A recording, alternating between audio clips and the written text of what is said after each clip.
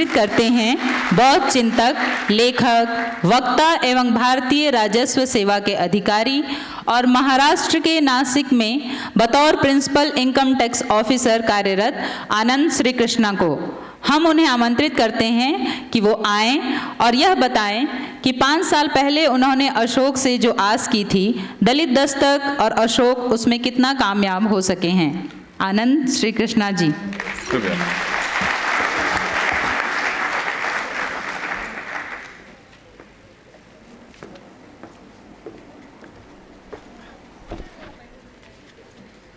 करुणासागर भगवान गौतम बुद्ध, बोधिसत्व विश्वरत्न बाबा साहब डॉक्टर भीमराव अम्बेडकर, संत रैदास, संत कबीर, सम्राट अशोक, कनिष्क, हर्षवर्धन और अपने तमाम पुरखों को याद करते हुए आज की सभा के अध्यक्ष प्रोफेसर विवेक कुमार जी, वरिष्ठ पत्रकार उर्मिलेश जी, हमारे अग्रज शांति स्वरूप बौद्ध जी और सभा में बैठे हुए तमाम साथियों, दद्दू प्रसाद जी, डॉक्टर एस.एन. गौतम, कौशल, अशोक और इलाहाबाद से आए हुए हमारे मित्र के चंद्रा जी, टी.एम. कुमार जी और सभी साथियों के नाम गिनाऊं तो शाम तक यही नहीं पूरा होगा, इसलिए जिनका नाम नहीं ले सकता हूँ उन्हें माफ़ करिएगा।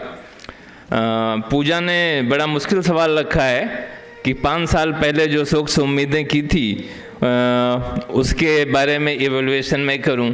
ये कापियां चेक करना काम तो प्रोफेसर्स ज़्यादा अच्छा कर सकते हैं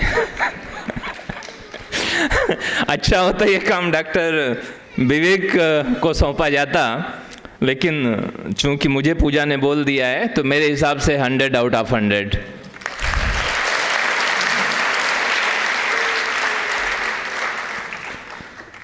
नॉर्मली कहा जाता है कि चीफ गेस्ट को बाद में बोलना चाहिए, लेकिन अध्यक्ष महोदय का अनुरोध है कि शुरुआत मैं करूं।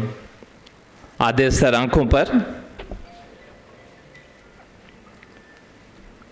वो याद है मुझे 27 मई 2012 का दिन, जब हम लोग गांधी पीस फाउंडेशन में दलित दस्तक का पहला अंक लॉन्च किए थे।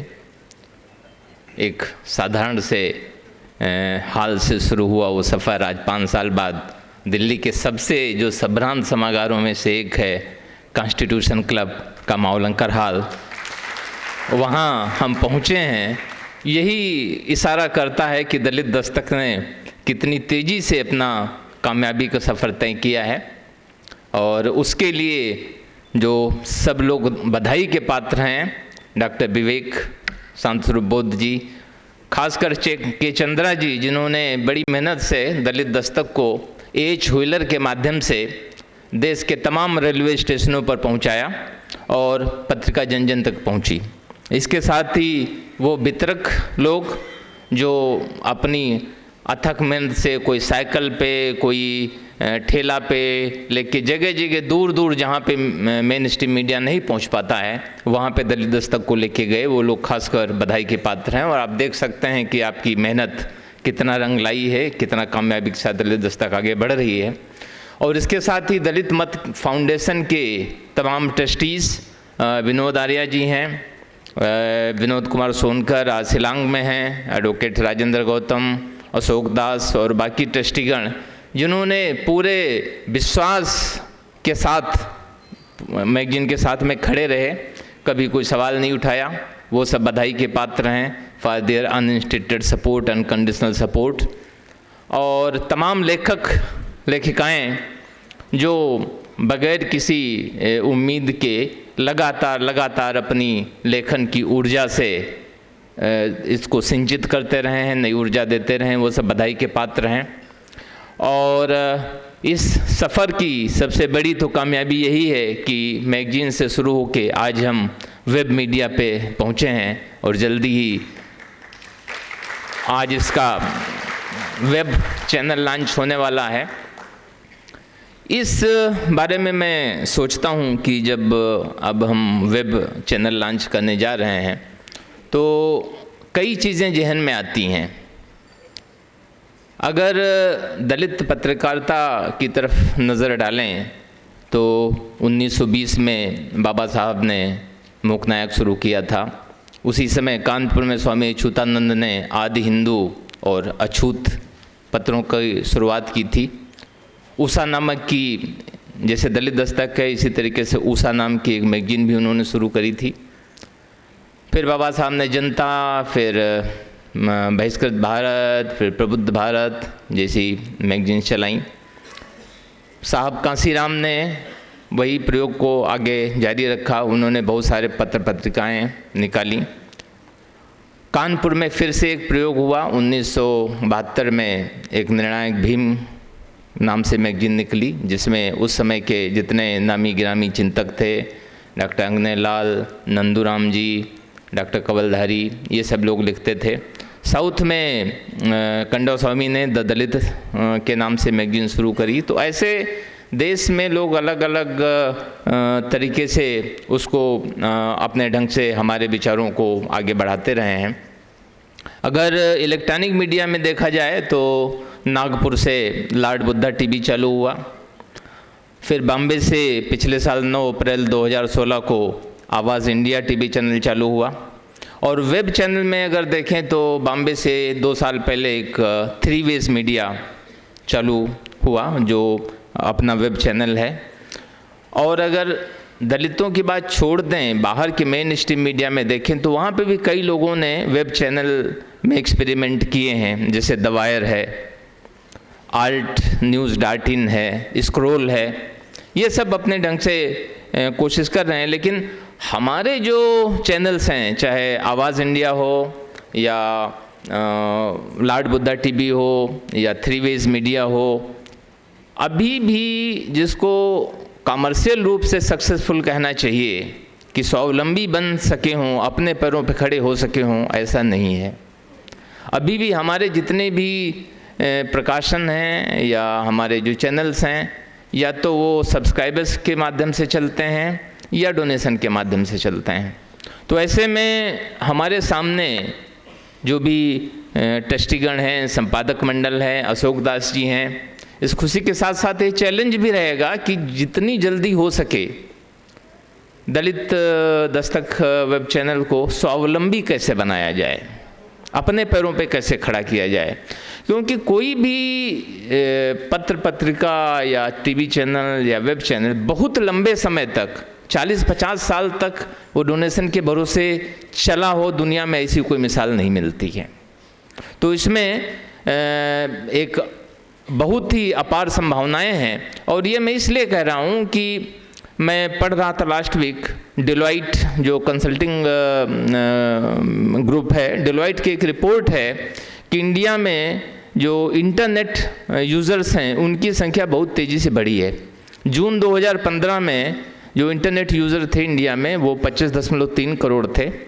और फिर अभी KPMG and Boston consulting group, इन लोगों ने एक रिसर्च रिपोर्ट निकाली है कि अब जो अकेले मोबाइल यूज़र की संख्या है इंडिया में वो 35.3 करोड़ हो गई है।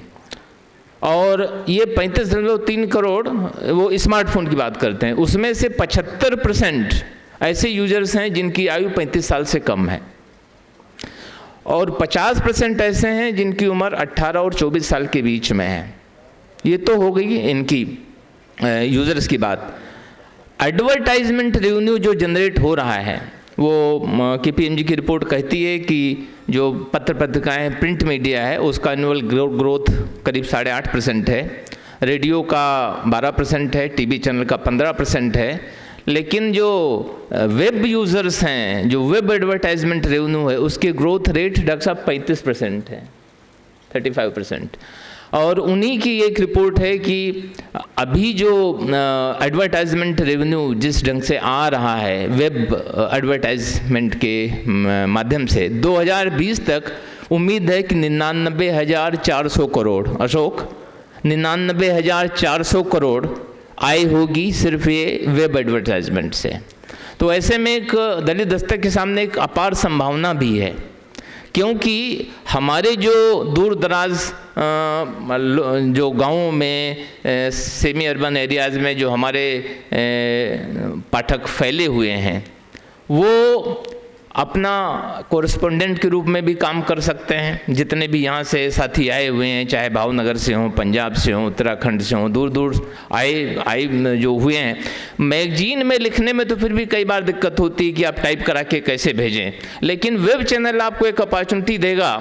जहाँ पे भी आपको कोई स्टोरी दिखती है, मोबाइल निकालिए, शूट करिए, व्हाट्सएप कर दीजिए, तो each one of you, every one of you can become a correspondent. इसके लिए कोई बड़े न्यूज़पेपर की, कोई बड़े टीवी चैनल का कोरेस्पोंडेंट होने की ज़रूरत नहीं है। आप सब लोग इसके दलित दस्तक के कोरेस्पोंडेंट बन जाइए। पाठक तो ही हैं, लेकिन पाठक के साथ साथ में इसके अब कोरेस्पोंडेंट भी बन जाइए। ये जो रिवॉल्यूशन है ये इंफॉर्मेशन टेक्नोलॉजी का, जो मोबाइल टेलीफोनी का, क्योंकि रेट भी काफ़ी कम हो गए हैं। नॉर्मल एक स्मार्टफोन 4-5 हज़ार रुपये में आ जाता है, और अगर आप सेकेंड हैंड मोबाइल लें तो 1000-1500 रुपये में आ जाता है। तो each one of you should become correspondent, जिससे वहाँ जहाँ पे मेन स्ट्रीम मीडिया को जिसकी कोई जिन स्टोरीज़ की पड़ी नहीं है या जानबूझ के वो दिखाना नहीं चाहते, वो स्टोरीज़ आप दलित वेब चैनल के माध्यम से पहुँचाएँ।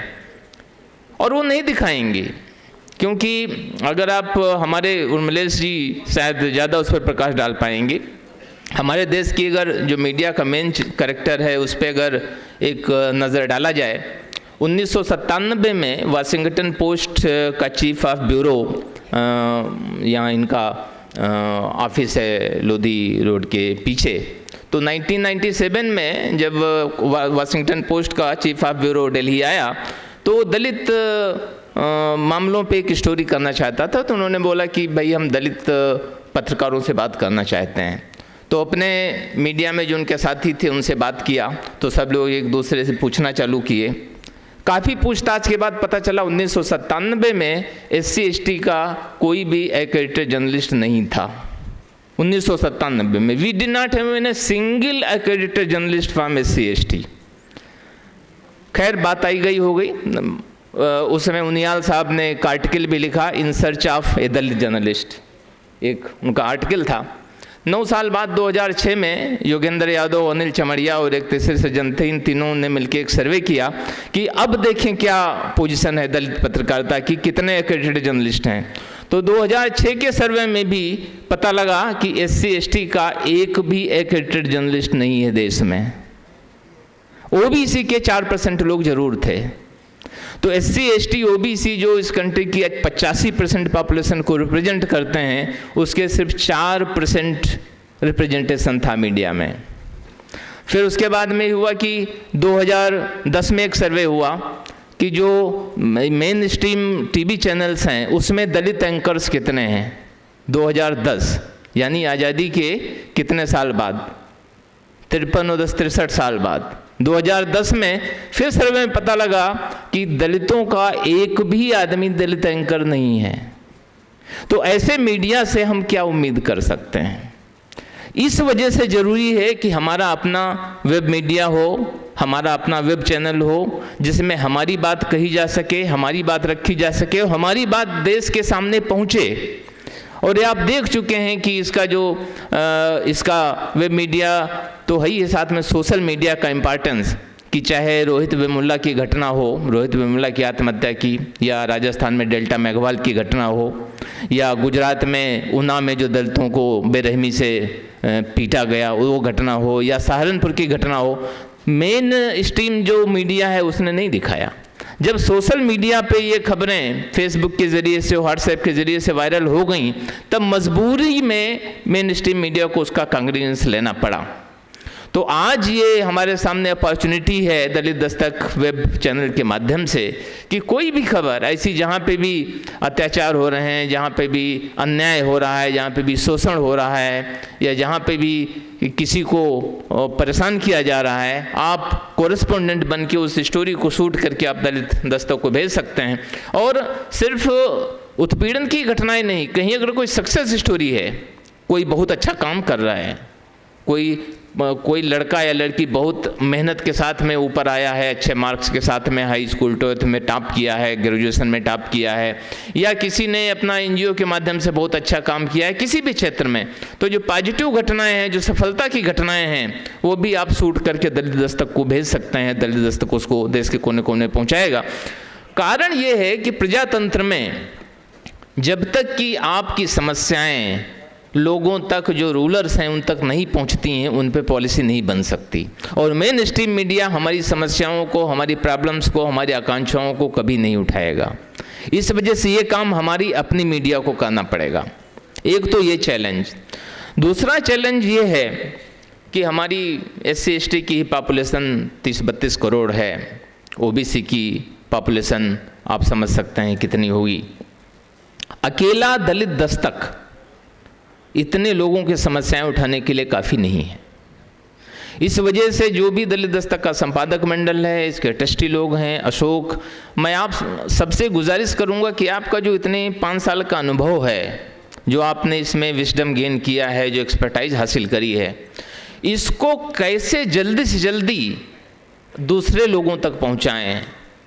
अकेले अशोक दास की जगह 50 अशोक दास कैसे तैयार करें, अकेले विवेक कुमार की जगह 50 विवेक कुमार कैसे तैयार हों, अकेले शांत स्वरूप बौद्ध की जगह 100 शांत स्वरूप बौद्ध कैसे तैयार हों। क्योंकि किसी भी विचारधारा को फैलाने के लिए या किसी भी मूवमेंट को आगे बढ़ाने के लिए ट्रेंड और विचारधारा के लोगों की ज़रूरत पड़ती है। दलित दस्तक हिंदी बेल्ट में अभी तक सीमित था, लेकिन जो तमिलनाडु है, केरल है, उड़ीसा है, वेस्ट बंगाल है, नॉर्थ ईस्ट है, आंध्रा है, कर्नाटक है, वहाँ के जो लोगों की समस्याएं हैं वो कैसे उठाई जाएं। इस वजह से वहाँ से जो भी आपको टैलेंट मिलता है, ये कोशिश करिए कि अपना नॉलेज उनको ट्रांसफ़र करिए। और उसके साथ साथ अगली पीढ़ी जो हमारी तैयार हो रही है, जो यंग बच्चे हैं, उनमें ये कैसे लीडरशिप डेवलप हो कि बड़े होके वो पत्रकारिता में आएँ और हमारी बात को आगे बढ़ाएँ। एक ये चैलेंज है। तीसरा चैलेंज, इसको अन्यथा क्रिटिसिज्म मत लीजिएगा, मैं एक सीनियर होने के नाते आगाह कर रहा हूँ। ज्यों ज्यों सफलता बढ़ेगी त्यों त्यों वाहवाही बढ़ेगी, और उस सफलता के साथ फिर जो हमारे विरोधी लोग हैं, जिनको वैसे हमारे मूवमेंट से कोई लेना देना नहीं, वो आएंगे, अरे साहब आपने क्या कमाल कर दिया, आपने तो दलित हिस्ट्री बदल दिया, आपने ये कर दिया, आपने वो कर दिया। आपको अवार्ड भी के लिए भी बुलाया जाएगा, पुरस्कार के लिए भी बुलाया जाएगा, आपको तरीके तरीके प्रलोभन भी दिए जाएंगे। उस समय असली परीक्षा ये होगी कि कैसे आप उन झांसों से बचें। अभी मेरे साथ 2 महीने पहले घटना हुई बॉम्बे में। एक पर्टिकुलर कम्युनिटी के लोग आए मेरे पास कि साहब हमारी दीक्षा सेरेमनी हो रही है, हमारे मुनि जी आ रहे हैं, तो गुरु जी ने बोला है कि आपको चीफ गेस्ट बनाया जाए।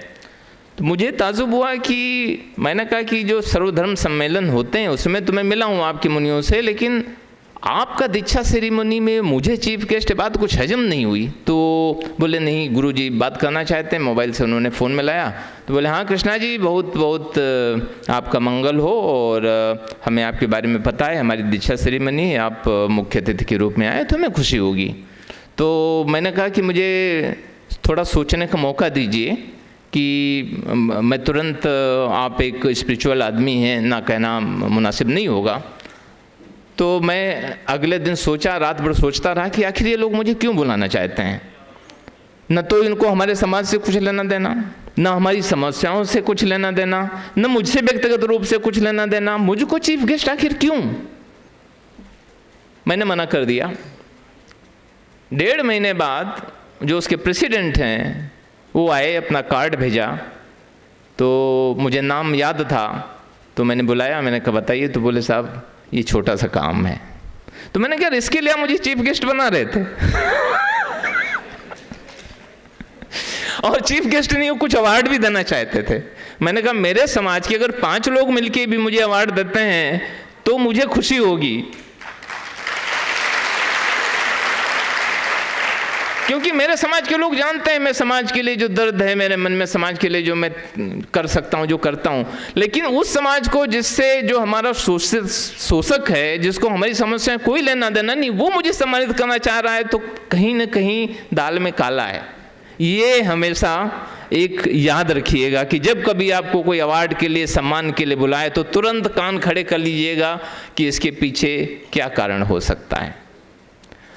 और एक और चैलेंज रहेगा, संत जी बैठे हैं, उस कहानी को बहुत अच्छी तरीके से समझते हैं। इसके बाद मैं अपनी बात ख़त्म करूँगा। भगवान बुद्ध का एक सप्तांगिक सूत्र है जो लिच्छवियों को देते हुए कहते हैं कि वज्जी जब तक साथ उठते और साथ बैठते रहेंगे उनकी उन्नति होगी, हानि नहीं होगी। वज्जी जब तक आपस में एकता कायम रखेंगे तब तक उनकी उन्नति होगी, हानि नहीं होगी।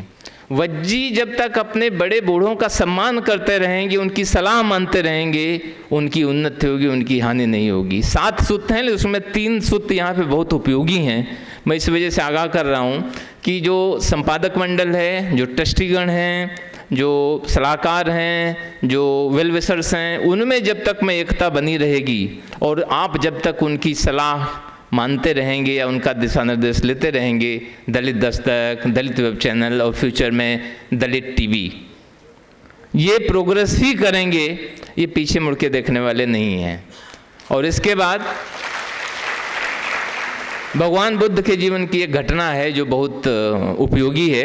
भगवान बुद्ध श्रावस्ती में रहते थे, वहाँ के राजा प्रसेनजित थे, उनका एक हाथी था पायक्का, बहुत बलशाली हाथी था, कभी कोई युद्ध नहीं हारा था। दुश्मनों को हमेशा टारगेट ये रहता था कि अगर राजा प्रसेनजित को हराना है तो पायक्का को मार दिया जाए, लेकिन पायक्का कभी हारा नहीं। लेकिन कालांतर में बूढ़ा हो गया तो एक दिन तालाब में नहाने गया था, तालाब की कीचड़ में फंस गया। तालाब में कीचड़ में फंसा देख के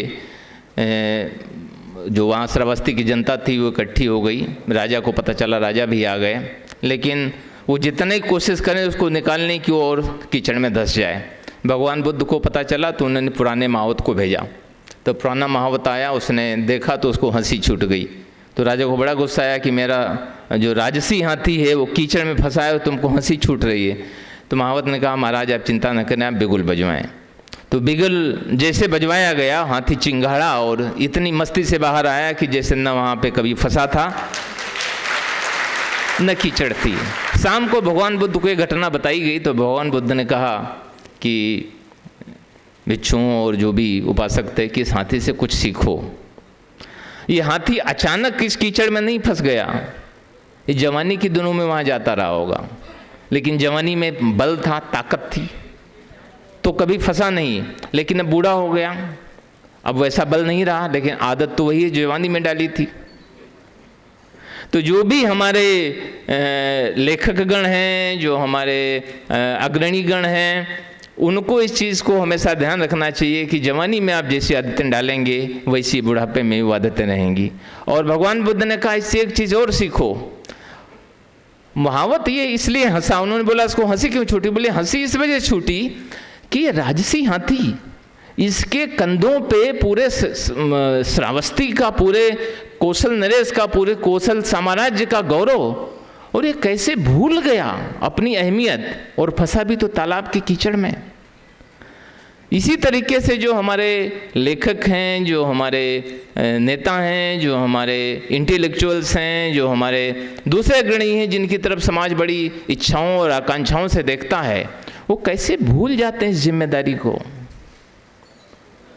कोई पैसे की कीचड़ में फंसा हुआ है, कोई दारू की कीचड़ में फंसा हुआ है, कोई मंत्री पद के कीचड़ में फंसा हुआ है, कोई टिकट के कीचड़ में फंसा हुआ है, कोई शोहरत के कीचड़ में फंसा हुआ है।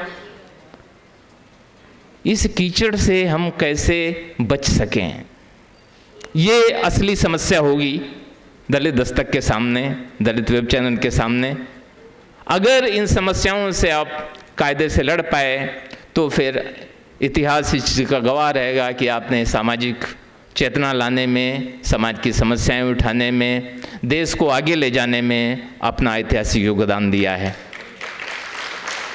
इन्हीं शब्दों के साथ में मैं अपनी बात ख़त्म करना चाहता हूं, क्योंकि डॉक्टर विवेक कुमार शांत जी और मिलेश जी ये ज़्यादा अच्छे डिटेल में बता सकते हैं। ओपनिंग कमेंट, ये ओपनिंग मेरा बोलना इस वजह ज़रूरी था कि इसके पहले कि और कुछ कहा जाए, जो मैं फ्यूचर में जो प्रॉब्लम्स देख रहा हूँ, चैलेंजेस देख रहा हूँ, उनकी तरफ एडवांस में इशारा करना ज़रूरी था। जय भीम, जय भारत।